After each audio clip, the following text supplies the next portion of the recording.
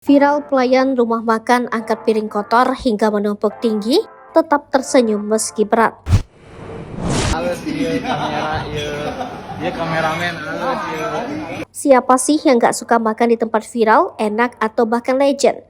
Hampir semua pasti pernah melakukannya, tapi apakah kamu pernah lihat skill pelayan dengan membawa piring hingga menggunung? Inilah unggahan video di akun TikTok Andy Modzaya, kini tengah ramai jadi perbincangan. Seorang pria yang bekerja di restoran mampu membersihkan meja dengan cepat, bahkan bisa mengangkut puluhan piring kotor yang ditumpuk menjadi satu di tangannya.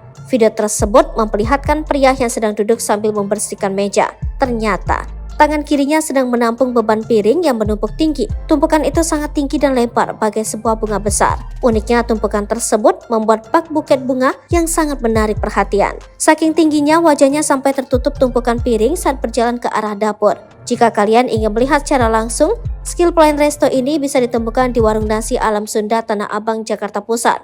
Video yang merekam aksi pelayan itu pun viral hingga mendapatkan 8,7 juta views dan menuai beragam komentar dari warganet.